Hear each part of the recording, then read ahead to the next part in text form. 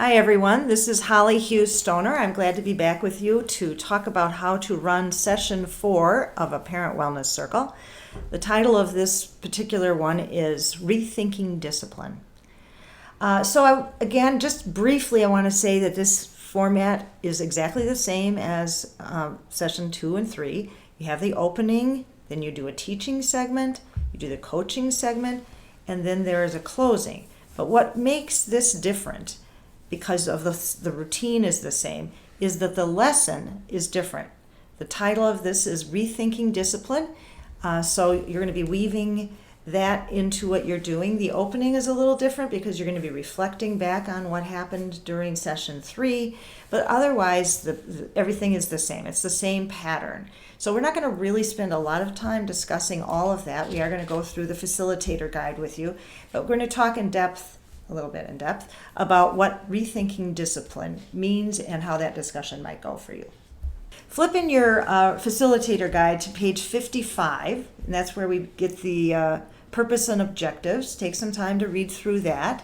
I'm not going to read through it all now, but I think you get the general idea of what we're trying to accomplish. So take time to read that. Then flip to page 56, and here we have just a one-page outline, really, of what you're going to be trying to accomplish during session 4. Again, you're going to do some kind of welcome.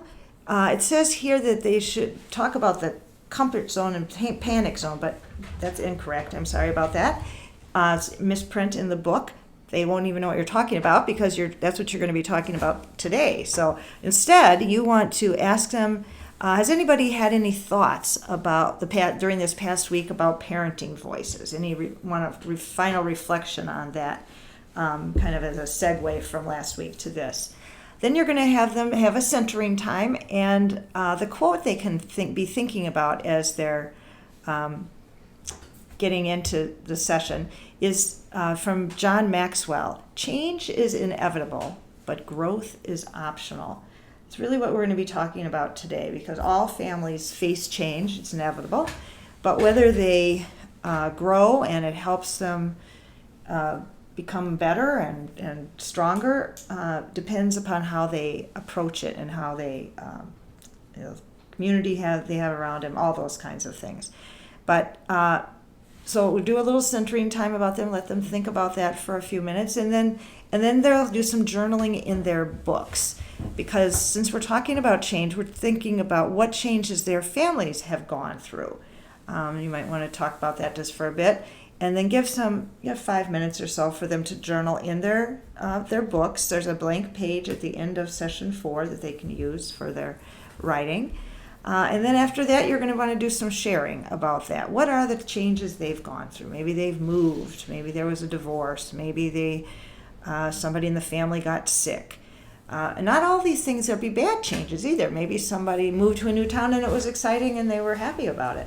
So not all, you don't want to dwell on necessarily challenging changes, but then even challenges that we choose can be challenging. So you want to do that. So you're kind of getting them used to the idea of thinking about change within families. Then you're going to move on to the teaching segment. And the lesson today is about rethinking discipline. Scott and I both are family therapists as well as working with these wellness circle programs, and we both notice in our practices that parents will come in and be concerned about something their child is doing or has done that is undesirable, or they don't like it. And the first question is, what kind of punishment would be appropriate? What should I do? And we like to help parents think differently about things. That every time a child is struggling in some way or another, that is an opportunity to teach a child a different way to handle whatever the problem is that they're facing. And so really, to figure out what punishment is some children do learn from punishment, certainly, but they learn mostly that the adults or somebody doesn't like it, or maybe that it's bad, but they don't necessarily learn what to do instead, or what would be a better way to handle it. So actually, the real question is, when a child has done something undesirable, is to think about, what do I want my child to learn as a result of whatever's happened. And that shifts the definition then from discipline is not necessarily how am I going to punish my child, but what do I need to teach my child about how to handle that situation. So that's really what we're trying to shift the focus actually and the understanding of what discipline even means. It doesn't mean, if you look up the definition, it doesn't mean to punish. It means to teach. So that is a core part of what you're going to be talking about today. Hi, this is Scott Stoner back with you now, and I'm going to take a look at the actual participant workbook and go over the zone lesson. So we're on page 24 and 25 in their workbook, the parents' workbook. Holly's just done a nice job of explaining about the lesson, the key part of this lesson, which is rethinking discipline. And I'm going to connect this now with the comfort zone, growth zone, and panic zone. So first you want to teach this model, have them take a look at it, and just explain to them that what this model shows is that, first it shows that all growth is outside of the comfort zone, right? The growth zone is bigger and outside of the comfort zone. We need our comfort zones. Our comfort zones are our traditional ways of ordering our lives, whether our own individual habits, our family patterns. Organizations have comfort zones. Comfort zones are not a bad thing. They're a very good thing. They're an important thing. But what's happening in parenting and family life is that comfort zones are always getting disrupted, sometimes intentionally. There's two ways we can move out of the comfort zone, whether we're moving into the growth zone or in the panic zone. We can either intentionally, I guess we would not intentionally choose to move into the panic zone. So there's two ways we can go into the growth zone. One is that we intentionally choose to go there. Two is that we're kind of thrown into the growth zone. We're thrown out of our comfort zone. That may actually be more into the panic zone, which I'll talk about in a moment. But the growth zone is, when we intentionally put ourselves there, that's a good thing. In fact, the parents that are in your parent wellness circle are putting themselves in the growth zone. You actually learning how to facilitate this program, especially if you're doing it for the first time. You're putting yourself in a growth zone. Anytime we're in a learning zone, remember, to discipline is to teach, which has to do with learning. Anytime we're intentionally learning, we are putting ourselves in a growth zone. And then eventually, that growth zone becomes a comfort zone. Okay? If you facilitated a number of parent wellness circles, now it's much more of a comfort zone for you. And so that's our comfort zones are always, in healthy systems and healthy individuals, our comfort zones are always expanding and growing. We're taking on new opportunities to learn. Now, the panic zone, though, is where we find ourselves sometimes when we're thrown out of our comfort zone. When, bad things happen to good people, shift happens.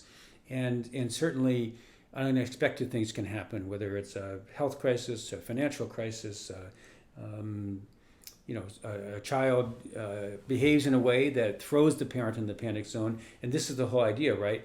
That why we're connecting here, and I'll begin to make that connection now. What we want to help parents see is that, first of all, you can't discipline when you're in the panic zone. Why? Because you can't teach effectively when you're in the panic zone. No one can.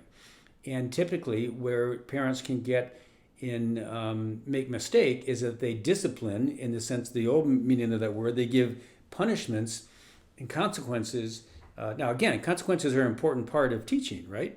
A good teacher does, there's natural consequences. If you turn in a poor assignment or don't turn in your assignment, that's not a punishment, that's a natural consequence. But when parents give out punishments or even, what we call consequences, when they're in the panic zone, they're often going to regret what they've done, okay? So, but sometimes our child's behavior throws us into the panic zone. And that could be actually a good question as you're teaching this. You could ask the parents because different parents have different things that will throw them into the panic zone. And then what helps you, see, as a parent, get back into the growth zone. And that's actually the same thing we want to talk about with our children. When our children are in the panic zone, they just, got an F on a test. They just had a big crisis in a friendship relationship. They're in the panic zone. Our job as parents is to help them turn that into a growth zone, a learning opportunity, a teachable moment to bring some growth out of this. And so but the same, again, I'm trying to make this connection between the process is the same for parents as it is for children. That when we run in the panic zone, we often need help to get into the growth zone. That's what we're trying to do in this. That's what you're offering in this Parent Wellness Circle. Any parents that are in the panic zone or have or moments or certain aspects of their parenting is in the panic zone, you're helping them move into the growth zone. And that's so this model is fun. In different parents will have different. Parents will say, "Oh, I know I had to have the talk. I had to start talking to my child as they're getting older about sexuality." And just for me, that's a panic zone. Help them identify and normalize. That's okay. But then, how do you turn that into a growth zone? And this provides a wonderful transition now to what we all know now is the second half of the main focus of the second half of each of our sessions is to focus on the coaching and focus on our mapping our next steps. Because what is that mapping process? What is this whole coaching process that we're doing? It is helping parents to put themselves in the growth zone in very concrete ways, either because they're in the panic zone and they want to move into the growth zone, or they're stuck in a comfort zone and they know they have to venture out of that and learn and grow as a parents. So that's a natural way to look at the coaching. And so here we know the process by now. We know the drill. You got a rhythm going now. You look back actually at the mapping, their next steps that they did at the end of session 4 or end of session 3, between session 3 and 4. They continue to report in and then check in on how their next steps went for the week. And then you can give them some time. And again, you can do this all together. I kind of tend to do it together, especially at this point, because they really, like you, they also have the rhythm now of how this works, to have them look back and then also talk about and write out down here the next steps for what they want to focus on for the next week. But here you really can connect it to that their next steps are conscious, intentional, mindful choices they are making to put themselves into the growth zone and help their families and their children do the same. So that's a nice way to connect the coaching segment here into the lesson on the zones and to kind of tie it all together. Now I'm back in the facilitator guide and looking at the close. As you know by now, the close, and really there's a lot of flexibility in the close. First of all, there's always flexibility just in terms of the time, because trust me, by now the group is really getting formed and the conversations are just so rich. It's almost hard sometimes to bring it to a close. So the closing, here we have 20 minutes for journaling and closing. You may only take a few minutes, but again, make it your own. We can always just do a simple close with, okay, let's go around and say, what's one thing you're going to take with you today? What's one thing that stood out for you today? What's one thing you learned here tonight?